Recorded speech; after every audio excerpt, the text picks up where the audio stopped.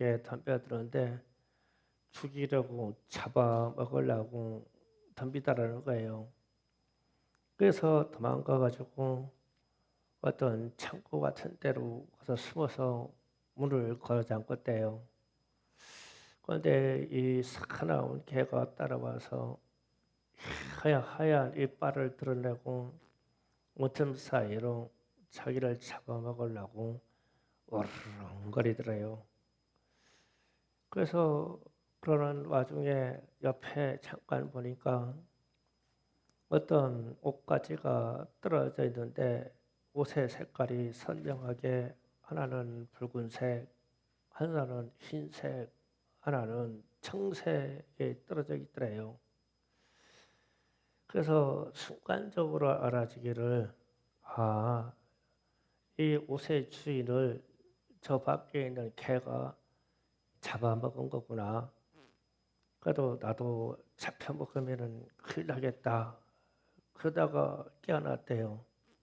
그래서 이 꿈이 무슨 뜻인가요? 라고 물어봤어요. 그런데 저는 그 순간 무슨 생각이 드냐면 베드로전서 5장 8절 9절 말씀이 생각났어요. 다 같이 읽어보겠습니다. 근신하라 깨어있으라 너희 대적 마귀가 우는 사자같이 돌아다니며 삼킬 자를 천다니 너희는 믿음을 굳건히 하여 그를 대적하라. 이는 세상에 있는 너희 형제들도 동일한 고난을 당한 줄 알미라. 아멘.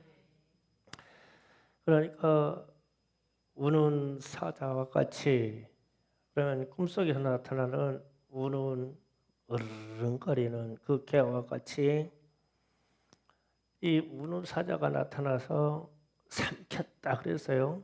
삼켰다 그러면 먹었다는 뜻이에요.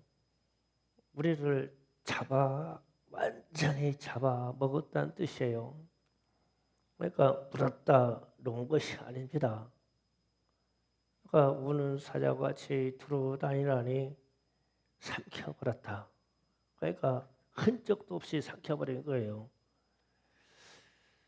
그러면은 마지막 때의 마귀는 이렇게 역사할 거예요.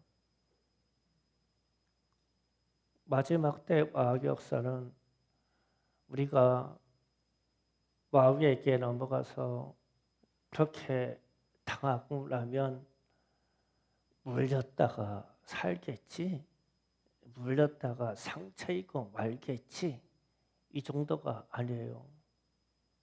삼켜버려요, 마귀가. 그래서 믿음을 굳건히 해라. 믿음을 굳건히 해야 마귀를 대적할 수 있는 거예요. 대적한다는 건 싸움이라는 뜻이에요.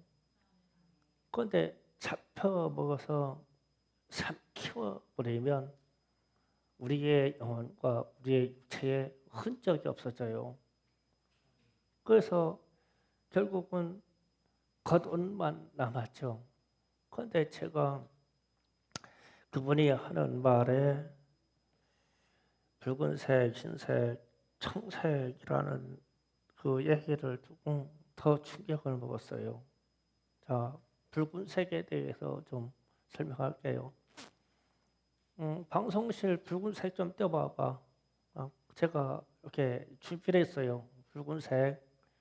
저 붉은색을 보면 그냥 예수의 피, 보혈 그런 생각이 나죠. 그리고 구원을 상징해요. 구원을 상징하고 베드로전서 1장 2절을 잠깐 띄워주세요. 다 같이 읽어봅니다. 시작.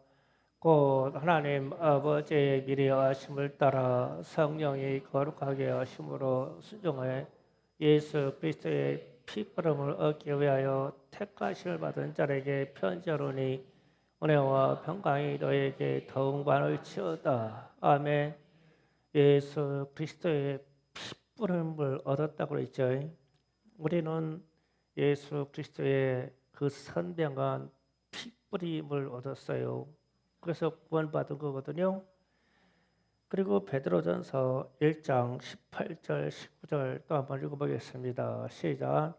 너희가 알거니와 너희 조상이 물려준 헛된 행실에서 대속함을 받은 것은 은이나 금같이 없어질 것으로 된 것이 아니요 오직 흠없고 점없는 어린 양의 같은 그리스도의 보혈배로운 피로 된 것이니라.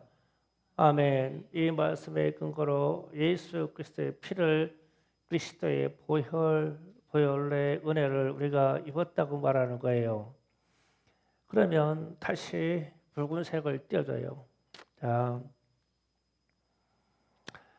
우는 사자에게 잡혀먹은 자는 옷이 이 붉은색이었다고 하면 그 잡혀먹은 그 사람은 구원을 잃어버린 거예요. 저 옷이 떨어져 있다고 있잖아요. 그래서 너무 슬퍼요. 이런 얘기를 들으면. 그러니까 우리가 일시적으로 시험 들었다가 회개하고 이런 상황이 아니고 마귀에게 잡혀먹어 버리면 예수께서 우리에게 보혈을 흘려서 저 붉은 옷을 우리의 영혼에 우리의 육체에 그 피를 부어주셨는데 저거를 잃어버릴 수가 있냐고. 잃어버리지 말할 것은 절대 구원만큼은 잃어버리지 말아야 되겠죠. 그런데 이게 말세가 가면서 마귀의 역사는 택한 자라도 실족해 할 거예요. 그래서 여러분이 깨어있고 믿음을 담대하게 하라, 믿음을 강하게 하라 그러면요, 이거를 쉽게 받아들이지 마세요. 이 믿음을 강하고 담대하게 해서 나를 준비시켜야 되고 내 영혼의 깨어남 그 능력을 소유해야 돼요. 이렇게 하기를 원합니다. 그런데 한 가지 옷이 또 흰색이라고 그랬어요. 흰색 띄워요. 흰색이라고 했습니다. 그러면 저 흰색을 보면 무슨 생각이 들어요? 깨끗한 순결 혹은 성결 혹은 성령의 역사 이런 생각이 들죠. 그래서 계시록 19장 8절 잠깐 보시겠어요. 다 같이 있습니다. 그에게 빛나고 깨끗한 세마 보옷을 입도록 하였으니 이는 세마 보옷은 성도들의 옳은 행실로다. 아멘 하더라. 아멘. 계시록 19장 8절에서 성도들이 아주 깨끗한 흰색 세마포를 입었는데 그 세마포를 왜 입었냐? 그러니까 저 성도들은 행실이 옳았대요. 누가 인정하자면 지금 주님이 인정해 주는 거예요. 주님이 저들은 성도로서 행실이 옳았다. 이렇게 말씀해 주시고 베드로전서 1장 11절 12절 또 보겠습니다. 다 같이 읽어봅니다. 시작. 자기 속에 계신 그리스도의 영이 그 받으실 고난과 후에 받으실 영광을 미리 증언하여 누구를 또는 어느 때를 지시하시는지 상고하니라.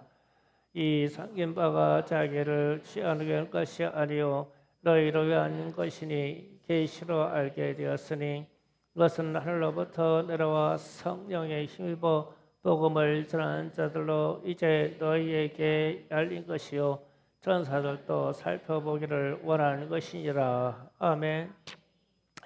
성령의 힘입어서 전도를 하는 사람들이 복음을 전하는 사람들이 고난을 받는데 전도를 하고 하나님의 생명의 역사를 전도하고 고난을 받는 것을 천사들도 살펴보기를 원한대요.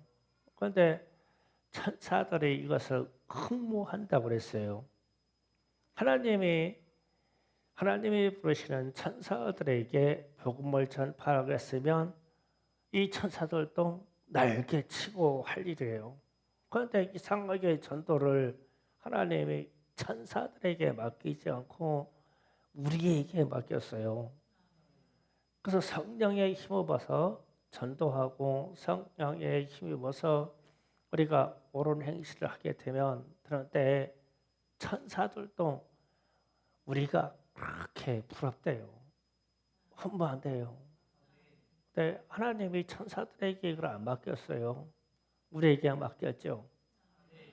그래서 우리가 성도들의 옳은 행실로 인해서 순교자들이 생명을 잃은 사람들이 주님 앞으로 가서 주님이 하얀 세마포를 입혀주셨는데 저들은 옳은 행실을 했대요.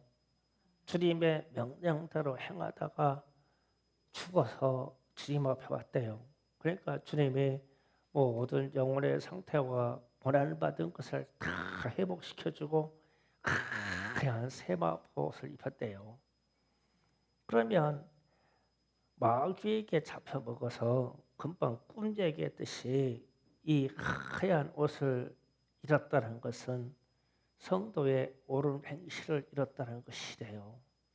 그러니까 가슴이 섬찟한 얘기죠.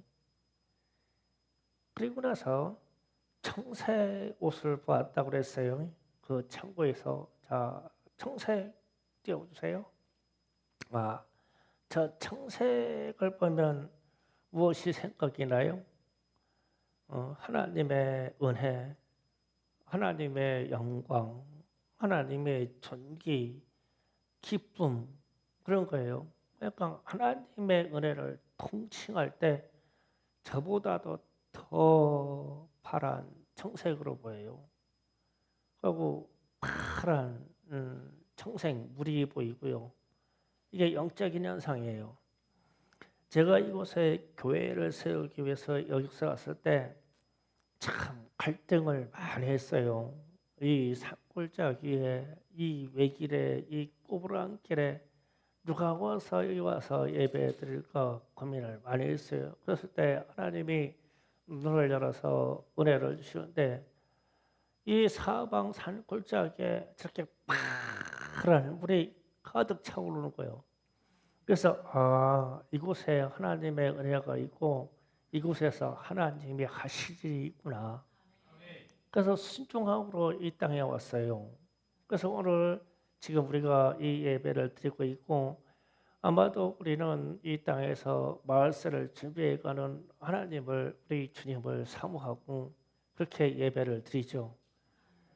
그래서 만약에 그 꿈속에서처럼 저렇게 파랗고 선명한 옷을 입었다면 하나님의 영광을 잃었다는 뜻이 되겠죠.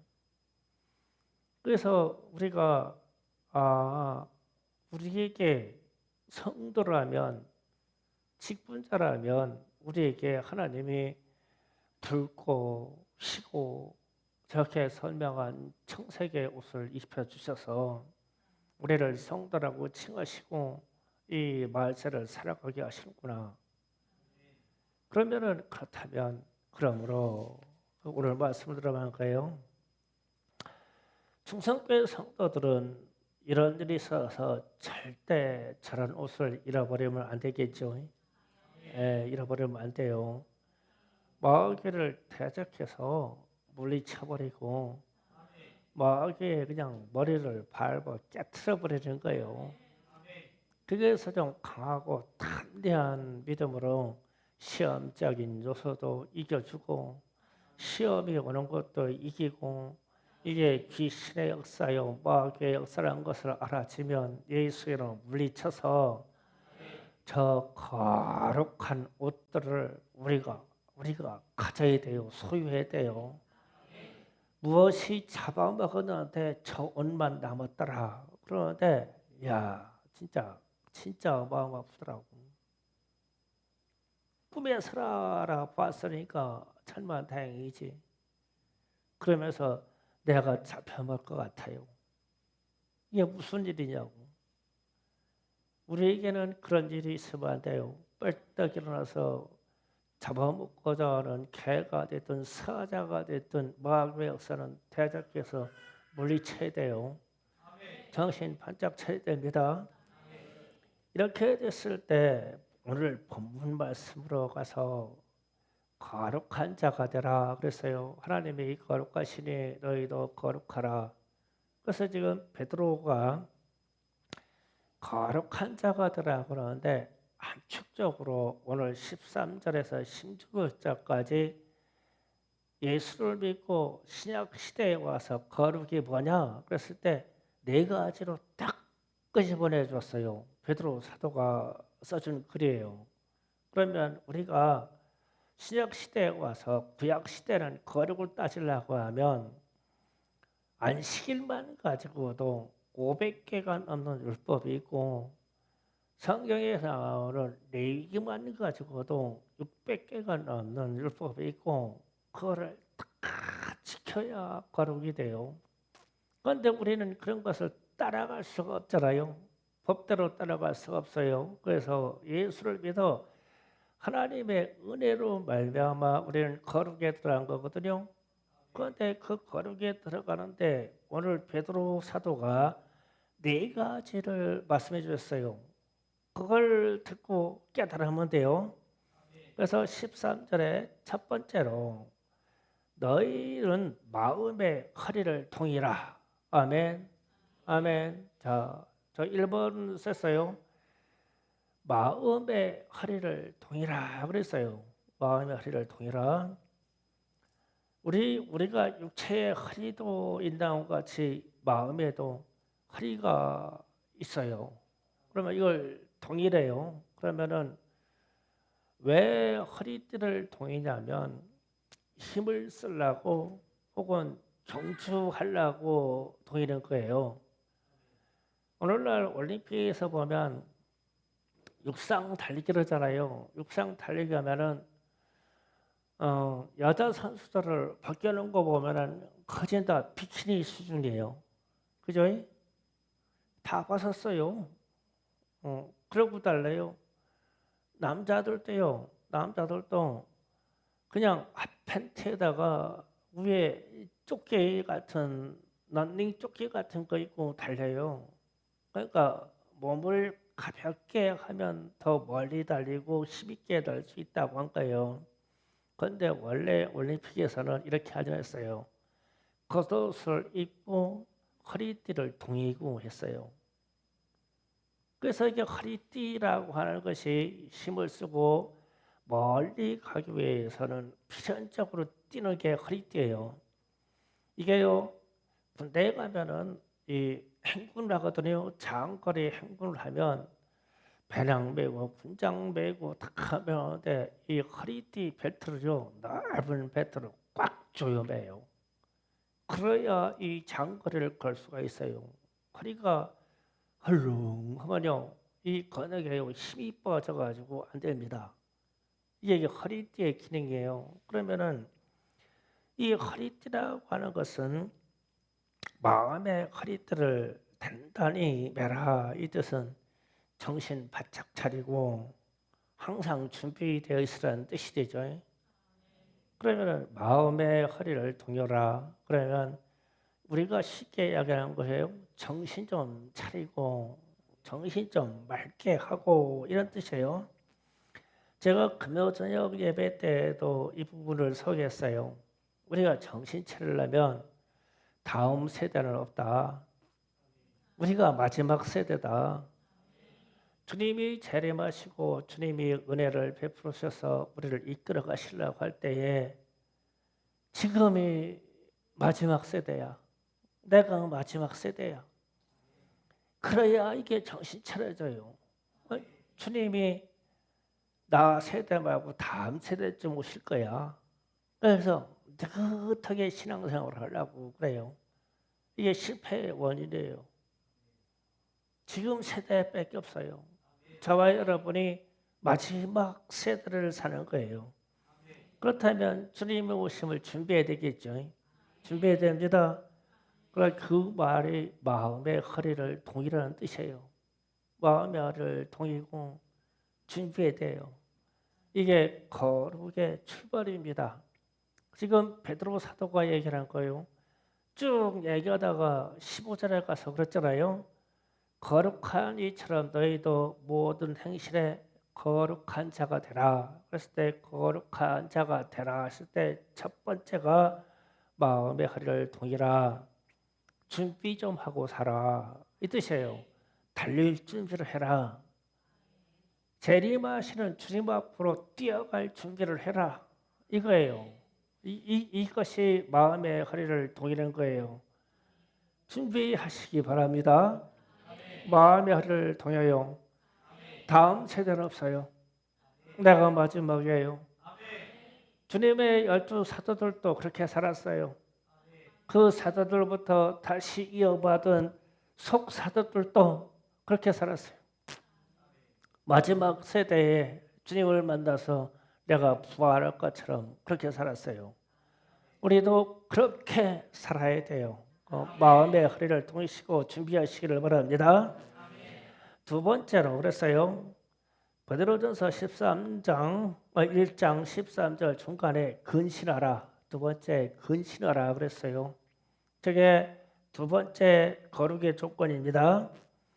근신한다라는 말을 쉽게 이해하려면 반대말을 생각하면 쉬워요. 애기 그냥 놔도 말씀 잘 듣고 있는데 너나 말씀 잘 들어. 저 군대 갔다 오더니 군기가 제대하더니 쏙 빠졌어.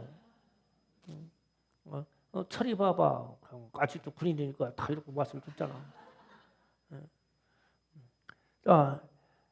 근신의 반대가 방종이에요. 방종.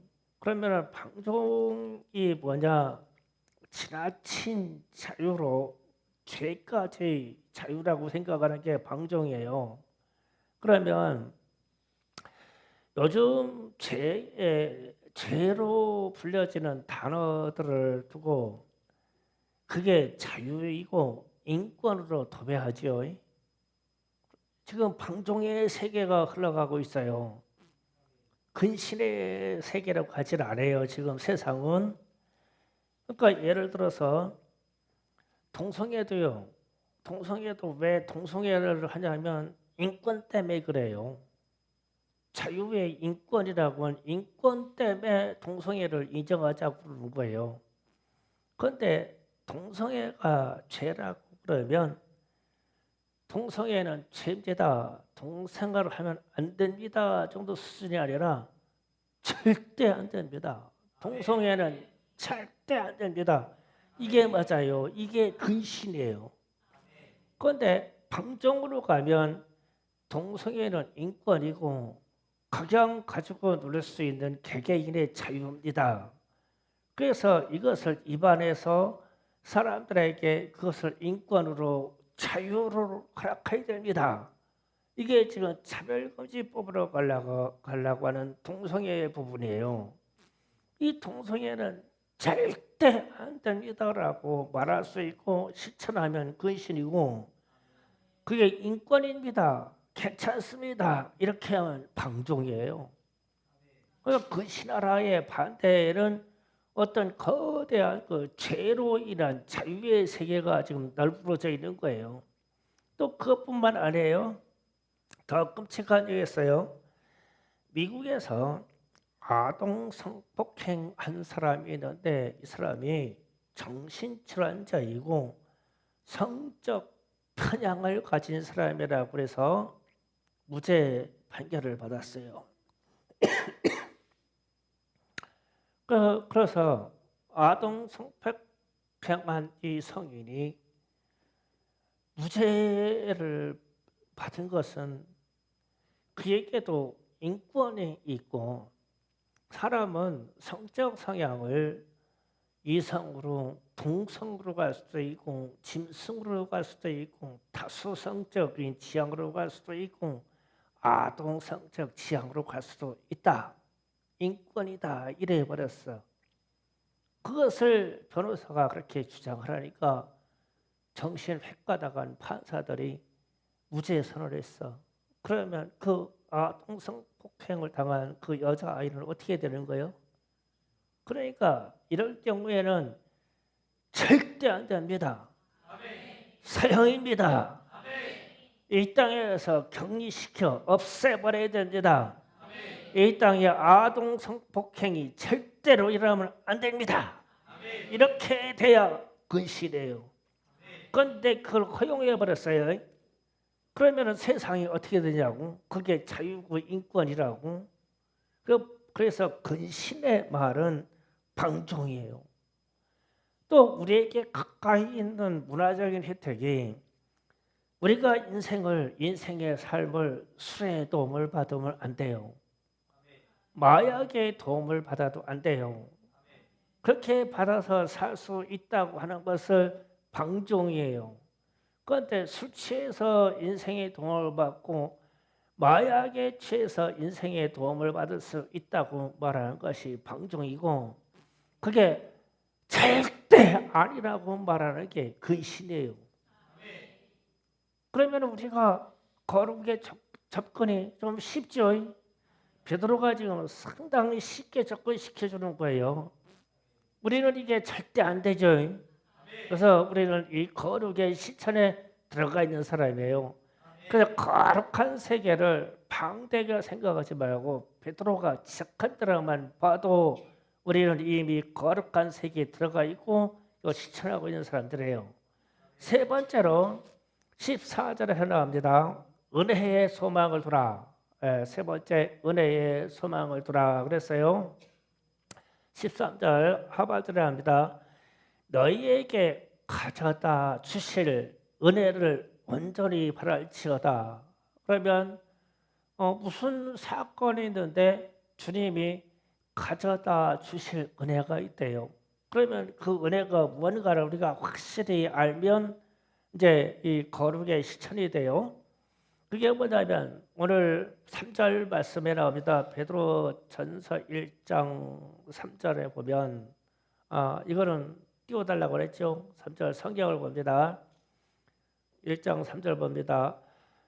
우리 주 예수 그리스도의 아버지 하나님을 찬송하려다 그의 많으신 긍휼대로 예수 그리스도를 죽은 자 가운데서 부활하게 하심으로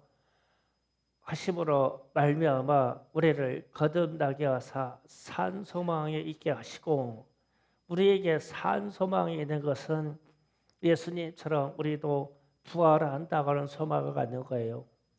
그러니까 지금 은혜의 소망을 돌아 하나님이 우리에게 거저 주실 이 선물 은혜의 소망을 돌아. 그런데 그 소망이 뭐냐면 우리도 부활한다. 우리도 부활해요. 주님이 이 땅에 오실 때 반드시 죽어도 부활하고 산 자는 산 채대로 변화가 돼요. 그래서 우리도 부활을 합니다. 이 소망이 있죠. 아멘. 그리고 이제 1장 4절에서 보면 이런 말을 합니다. 4절에 썩지 않고 더럽지 않고 쇠하지 않는 유업을 있게 하시나니 곧 너희를 위하여 하늘에 간직한 것이라. 아멘. 썩지 않고 더럽지 않고 쇠하지 않는 유업이 있는 곳이 어디예요? 천국. 그러면 천국에서 우리는 기업과 유업을 받는데요. 영원한 하늘의 유업을 받는데요. 그 대단한 일이죠. 그냥 우리가 영생에서 천국에 그냥 꼴딱 들어가서 아이고 살았네 이게 아니라 거기에 우리가 이 땅에서 수고한 것만큼, 우리에서 이 땅에서 전도한 것만큼, 수고한 것만큼 상이 있고 집이 있고 들이 있고 우리에게 유업이 있다. 유업이 그것을 천국에서 있게 하신대요. 그러니까 이거를 우리에게 수고로 우리가 가서 천국에 있는 것을 우리가 빼앗아서 이렇게 되는 게 아니라 하나님이 우리가 이 땅에서 신앙을 지킨 그 모습을 보고 하나님이 주시는 거요. 거저 주시는 거요. 그러니까 은혜예요. 은혜. 선물로 받는 것이다. 천국의 유업을. 저와 여러분에게 이 소망이 있지요. 아멘.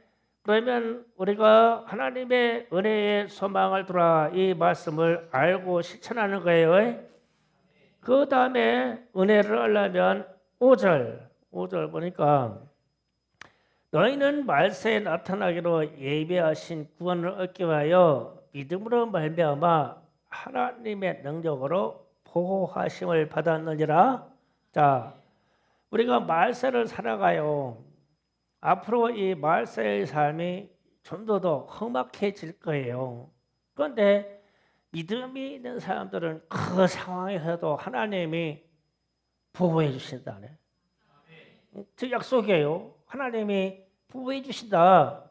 하나님의 능력으로 보호하심을 받을 것이다. 이렇게 표현하고 받았느니라 이랬어요. 받았다.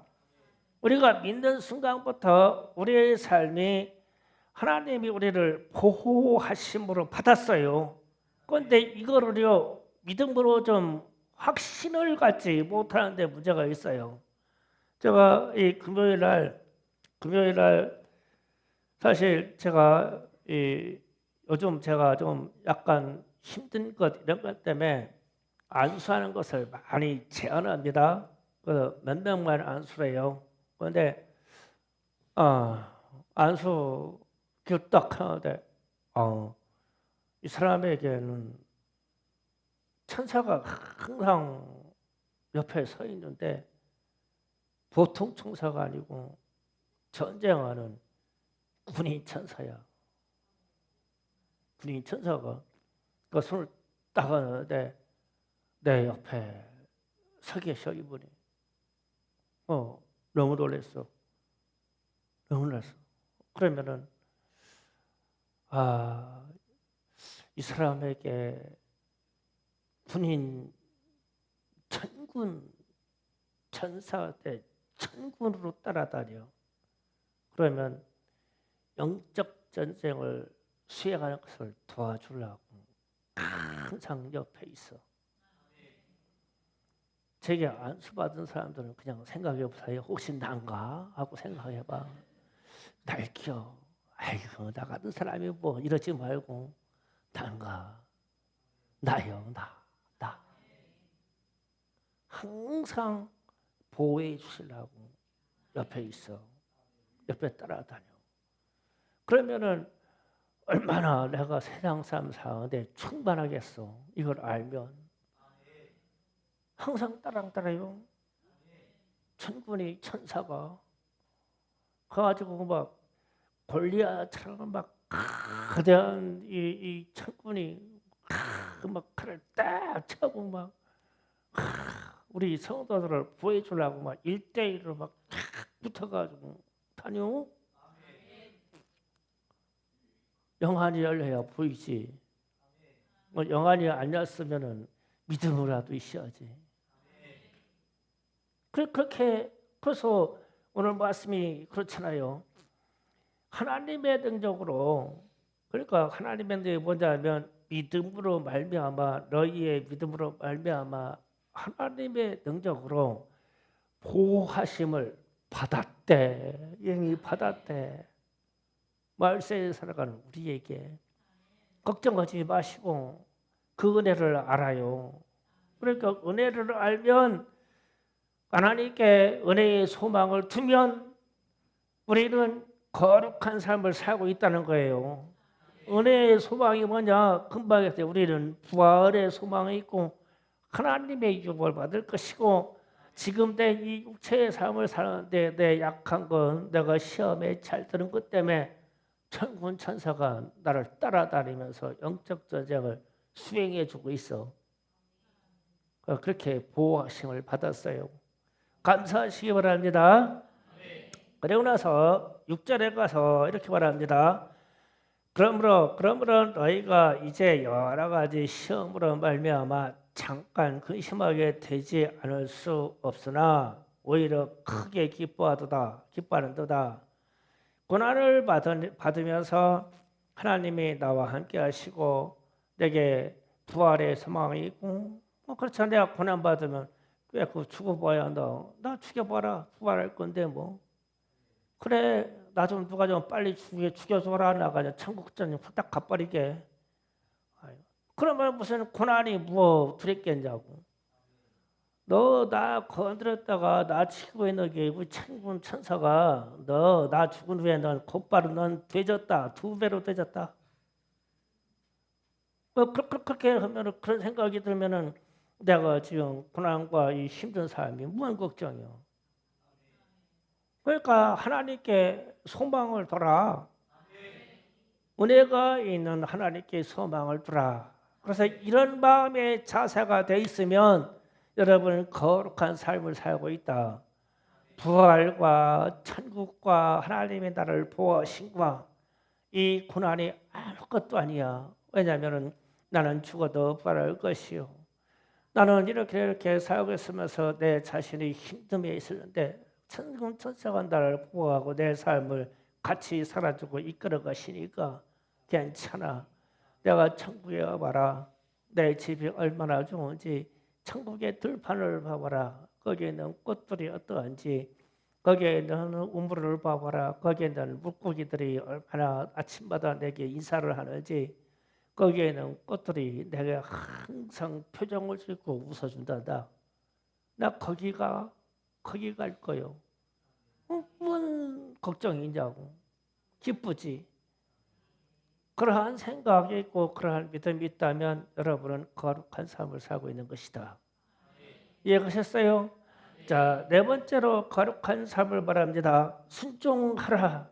밑에 보니까 14절에 가서 너희가 순종하는 자식처럼 전에 알지 못하던 때에 따르던 너희의 사욕을 본받지 말고. 그러면 우리가 왜 순종이 안 되느냐? 그러면 사욕 때문에 그래요. 사욕이라는 게 자기 뜻에 따른 욕심과 고집이 사욕이에요. 그러니까 이해가셨어요? 이 사욕이 있으면 순종이 안 된다.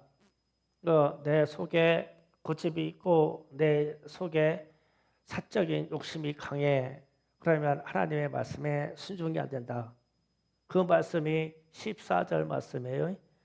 그러면 자 이렇게 생각해 봐야 돼요. 자녀가 부모의 뜻을 따르는 게 순종이죠.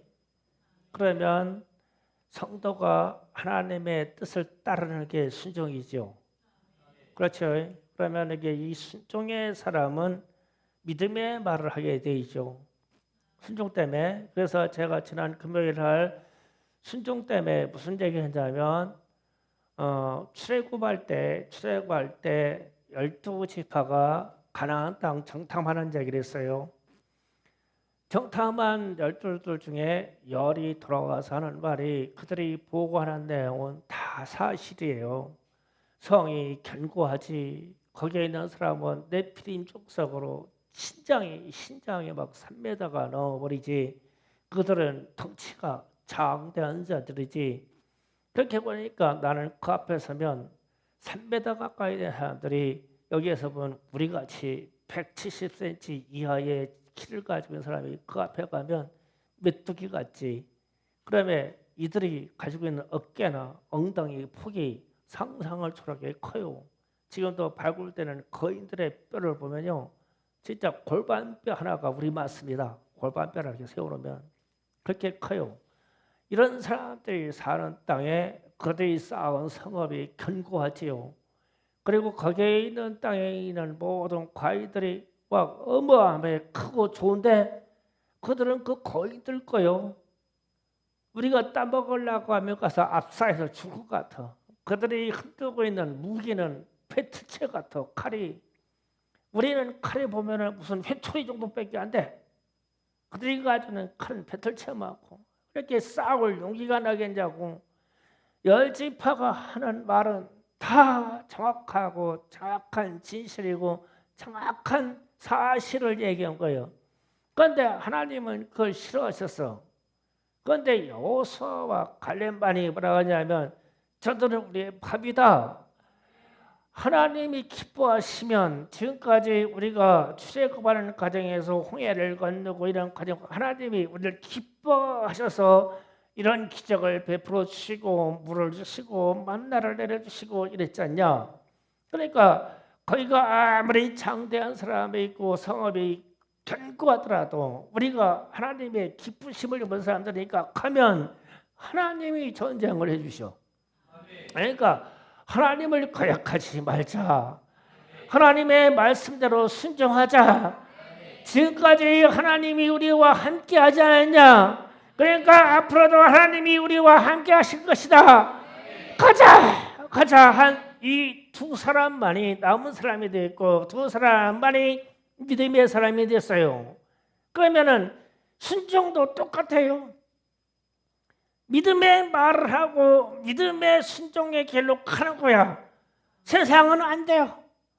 나는 시간이 없어. 맞아, 시간이 없어. 알아. 나는 아파. 자주 아파. 알아. 자주 아파. 나는 사람들하고 잘 어울릴 수 있는 그런 성격이 아니야. 알아. 다 맞아. 여러분이 하는 말이 다 맞아. 나는 아파. 나는 정신적으로 좀 문제가 있어. 난 이래요. 나는 시간이 없어. 너무 바빠. 다 맞아. 전도하자. 맞아. 사정이 다 맞아. 교회 봉사하자. 사정이 다 맞아. 맞다니까. 그런데 믿음으로 치고 나오는 사람이 믿음이고 순종이다 이거예요. 그렇게 살아주면 거룩한 사람이다. 그러니까 구약의 잣대로 하나님이 내가 거룩하니 너희도 거룩하라 해서 구약의 잣대로 거룩을 찾으면 우리의 몸이 천쪽 만쪽이라도 이 거룩에 들어갈 수 없어요. 레위기에서 말하는 거룩에 들어갈 수 없어요. 이미 우리가 먹고 마시는 것에도 거룩에 들어갈 수 없어요. 하나님이 거룩 때문에 먹을 수 있는 음식과 먹을 수 없는 음식을 다 갈라놨죠. 모든 짐승을 다 먹을 수 있는 거 다 갈라놨죠. 이건 먹어라, 이건 먹지 말라. 별 말씀을 다 기록해놨죠. 그대로 우리는 그래서 그 거룩에 들어갈 수가 없어요. 안 돼요. 죽었다 깨나도 이 거룩에 들어가지 못해. 그런데 구원받은 사람에게 지금 베드로가 거룩을 지금 해야 돼. 너희는 너희 모든 행실을 거룩하게 하라. 거룩한 자가 되라 했는데 위에를 읽어보니까 딱 네 가지를 했는데 참 쉬운 말이야. 이렇게 되면 신약 시대에 와서 너희는 구원받은 백성이기 때문에 거룩해진다. 아멘. 그러니까 마음의 허리를 동이고 정신 좀 차리고만 살아. 주님이 오신다고 생각하고 마음의 허리를 딱 동이고 항상 준비하고 살아라. 그러면 거룩의 출발이다. 두 번째로 근신해라. 세상이 말하는 죄로운 말미암은 방종이 들어갈 때 절대 아니라고. 그건 절대 아니라고. 그래서 우리가 피를 흘리고 우리의 생명을 다해서도 방종으로 나가는 죄악에 대해서 내가 근신함으로 싸워줘야 되는 거예요. 근신해라. 그러면 너희는 거룩의 출발이다. 그러면서 이 세상 살면서 너희가 하늘의 소망을 두고 살면 거룩한 삶을 살게 돼. 하늘의 소망이 뭐냐? 너희들은 부활할 거야. 거기 너희들이 천국의 삶을 살 거다. 이 세상 살 때 너희가 육체가 연약하고 생각이 부족한 것을 하나님 알아. 그러니까 천군 천사가 너희를 항상 따라하면서 보호해 줄 거야. 하나님의 능력으로 그것을 알고 있어라. 네 번째로 말씀할 때 너희는 순종해라. 순종하는데 믿음으로 순종해라. 그런데 순종의 영역도 우리가 할 수 있는 부분의 영역이지 고차원적인 믿음은 우리에게 요구도 안 하셔.